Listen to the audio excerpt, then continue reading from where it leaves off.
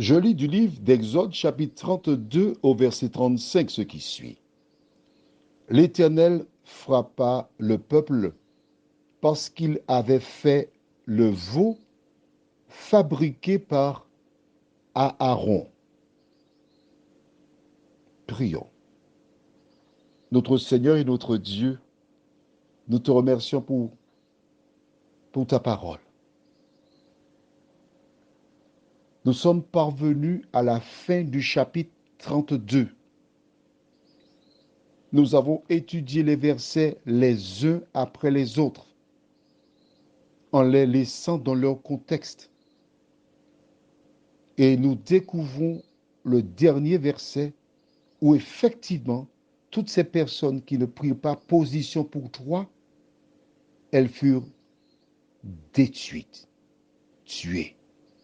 Que ton esprit nous aide à comprendre la vérité. Nous t'en prions au nom de Jésus et pour ta gloire éternelle. Amen. Voilà comment Dieu a agi. Conformément à la parole, je lis verset 34. Va donc, conduis le peuple, où je t'ai dit, voici, mon ange marchera devant toi, mais au jour de ma vengeance, je les punirai de leurs péchés. Dieu a annoncé d'avance que ces personnes-là seront punies.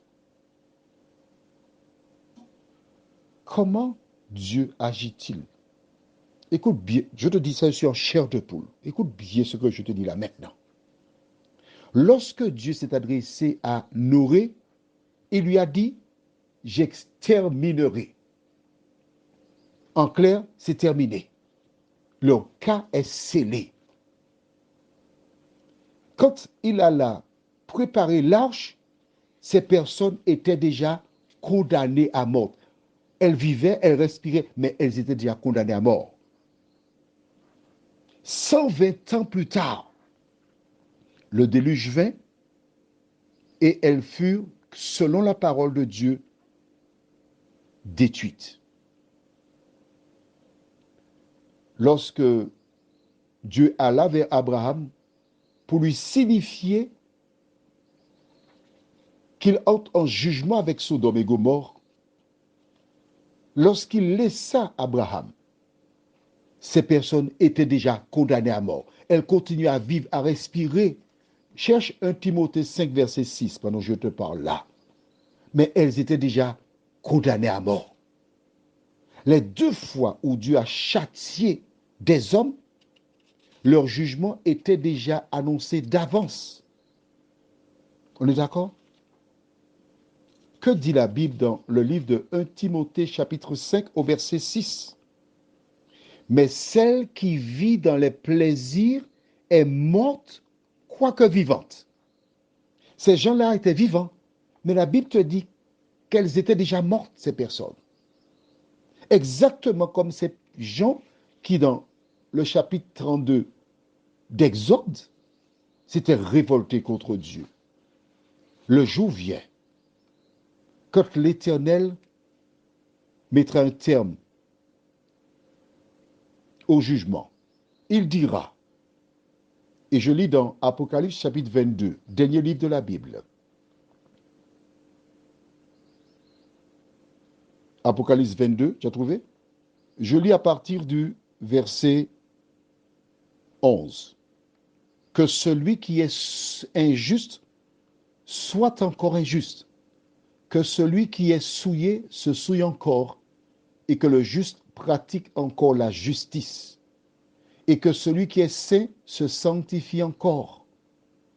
Voici, je viens bientôt, et ma rétribution est avec moi pour rendre à chacun selon ce qu'est son œuvre. Rétribution. Que se passera-t-il? Chapitre 20. Les hommes voudront attaquer la cité de Dieu. Et je lis à partir du verset 7 et suivant. Nous étudierons ça prochainement.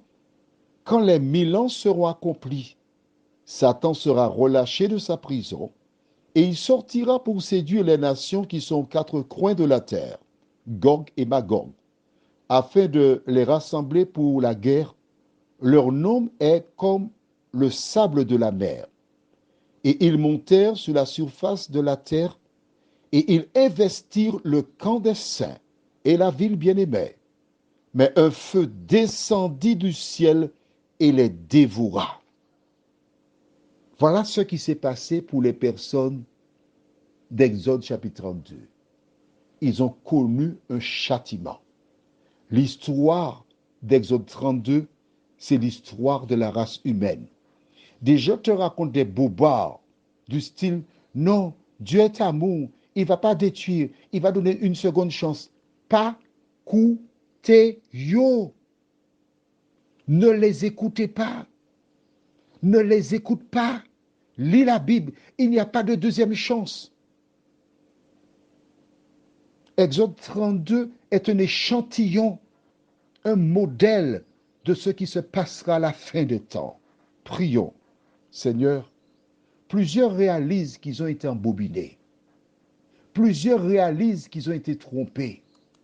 Plusieurs jusqu'à présent continuent à croire à ces mensonges. Mais je te demande, Seigneur, de continuer à parler à tes enfants. Je sais que certains choisiront le mal, continueront dans le mal, mais je suis heureux que d'autres choisiront Jésus. Je suis aussi heureux parce que la Bible déclare cette bonne nouvelle du royaume sera prêchée dans le monde entier à toutes les nations pour servir de témoignage. Alors viendra la fin. Merci Seigneur de nous parler. Nous t'en prions au nom de Jésus et pour ta gloire éternelle. Amen. Je te souhaite une bonne nuit et n'oublie pas, tu dois faire un choix.